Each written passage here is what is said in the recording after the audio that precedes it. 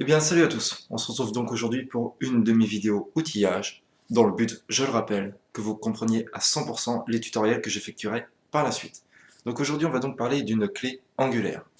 Donc voilà, on va parler comme d'habitude de son fonctionnement, de son principe et de tout simplement son utilité.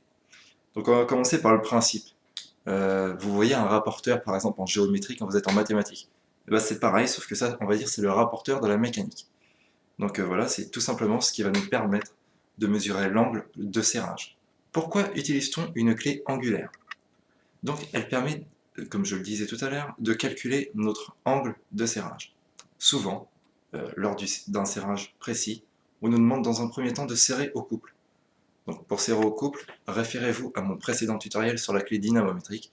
Donc il faut pour cela serrer au couple avec la clé dynamométrique en effectuant par exemple un serrage de 110 newton-mètre. Ensuite, on nous demande de serrer à l'angle. Qu'est-ce que serrer à l'angle? Imaginons, on nous dit serrer à 110 newton-mètre, puis effectuer un dernier serrage à 140 degrés. Comment serrer à 140 degrés? Tout simplement avec cette clé angulaire, et je vais vous montrer tout de suite comment ça se passe. Dans un premier temps, moi j'aime bien mettre une rallonge, hein, pour pouvoir bien voir le cadran. Donc je branche entre guillemets, hein, j'installe ça sur une clé à cliquer. C'est tout de suite beaucoup plus simple. Parce que regardez, si je mets pas la rallonge, ça nous cache un peu la visibilité de l'écran. Hein. Donc, comme je le disais, j'aime mettre une rallonge, mais ça c'est ma petite touche perso. Mais je vous le conseille aussi, hein, comme ça vous avez une bonne visibilité sur votre cadran qui indique l'angle tout simplement. Vous y mettez votre clé à cliquer, et maintenant on peut mettre une petite douille. Donc là pour l'exemple, j'ai pris une petite douille de 15. C'est juste vraiment pour vous montrer. On ne va pas aller serrer quelque chose sur la voiture de toute façon. Tout est déjà bien serré, il n'y a pas de souci.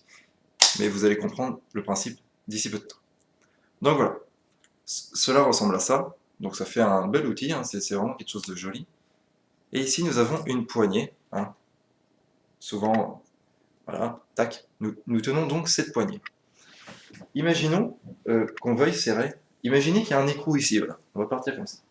Je tiens ma poignée, j'approche ma douille sur cet écrou et je tourne. Regardez.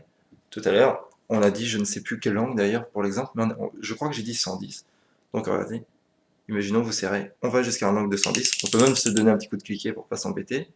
Voilà, nous sommes à 110 et le serrage est effectué. Donc je vais repasser à 0. Voilà, je suis repassé à 0. Donc pour vous montrer également un autre serrage. Regardez, nous pouvons serrer à 90 degrés. Voilà, il suffit de se mettre bien sur le cadran. Je ne sais pas si vous voyez bien. Voilà. Et on peut serrer comme ça jusqu'à 360 degrés, qui est évidemment un tour complet et qui nous permet de mesurer notre angle à la perfection. Donc, j'espère que vous comprendrez l'utilité de cet outil. J'espère que vous avez compris son principe de fonctionnement. Donc, c'est une vidéo très rapide. Cette vidéo a pour but, je le rappelle, de vous aiguiller lors de mes tutoriels sur lesquels j'effectue des réparations, des améliorations ou autres. Vous ne serez pas perdu. C'est le but donc de ces vidéos tutoriels concernant mes outils, tout simplement. Donc pour ma part, je vous laisse. Je vous dis à très bientôt. Et puis voilà. Hein. Allez, salut!